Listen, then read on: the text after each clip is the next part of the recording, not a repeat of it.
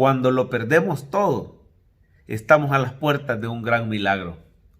Cuando el ser humano se queda sin recursos y toca fondo, es una tremenda oportunidad para que dependa totalmente de Dios, para que se muestre en él el poder y la fidelidad de Dios.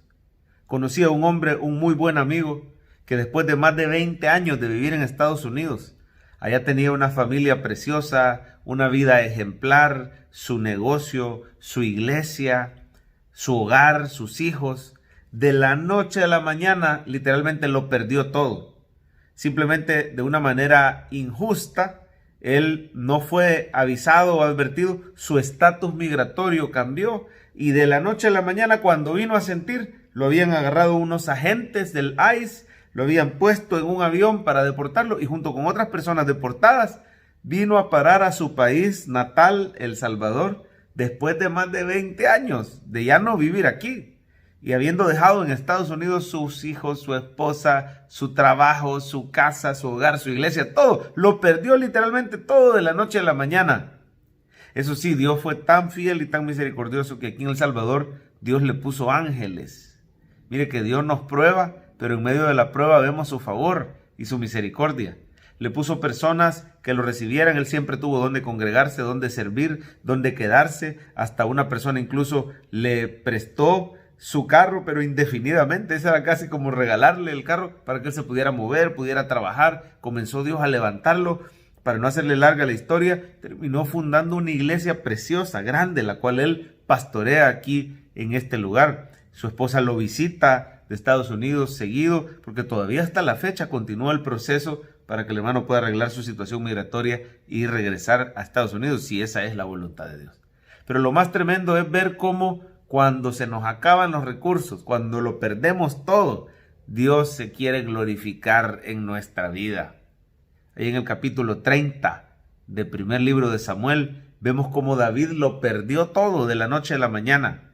Él venía regresando porque los filisteos lo habían rechazado, ¿verdad? Para que no peleara junto con ellos contra Israel. Acuérdense que David había estado huyendo de Saúl y por eso se había ido a vivir con los filisteos. Pero los filisteos a la hora de una guerra no lo quisieron tener entre sus filas porque sabían que él era de origen hebreo. Y cuando él va llegando a Ziclag, se da cuenta de la terrible noticia que mientras él estaba ausente, los amalecitas habían invadido Ziclag y la región del Negev y se habían llevado a la familia de David y de todos los valientes y los soldados que iban con él. La gente hablaba de apedrearlo. Perdió David su esposa, perdió sus hijos, de la noche a la mañana perdió sus posesiones, le habían llevado todo, gracias a Dios no habían matado a nadie, y perdió su liderazgo y su popularidad, porque la gente que antes le apoyaba, hoy hablaban de apedrearlo. Pero él consultó a Jehová y se fortaleció en el Señor. Cuando estés tocando fondo, busca al Señor, fortalécete en él. Dios le dio dirección y le dijo que persiguiera a estos merodeadores. Dios le dijo que persiguiera a los amalecitas y los alcanzó y los venció, y Dios hizo lo necesario. Incluso hubo 200 de sus valientes que ya no pudieron seguir porque estaban demasiado cansados de todo el viaje, pero los demás continuaron y lograron la victoria aún con 200 personas menos. Y luego cuando regresaron compartieron el botín con estos 200 cansados también, y Dios les permitió recuperarlo todo a David y a sus valientes. Recuperaron las cosas materiales, recuperaron su familia, David recuperó su liderazgo y todavía Dios les añadió más. Eso que perdiste, Dios te lo quiere restituir. Dios te lo va a devolver multiplicado, pero ahora con un corazón transformado. Dios permite las pruebas para transformar nuestra vida, para que dependamos más de Él, para que busquemos de Dios, para que clamemos a Él.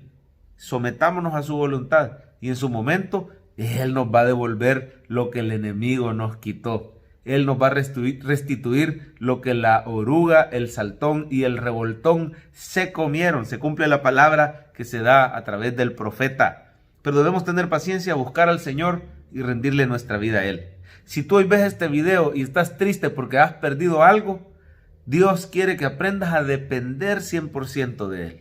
Entrégale tu vida y tu corazón al Señor. Pídele que te dirija en su voluntad. Espera con paciencia en Él y Él te devolverá lo que el enemigo te quitó. Dios te bendiga.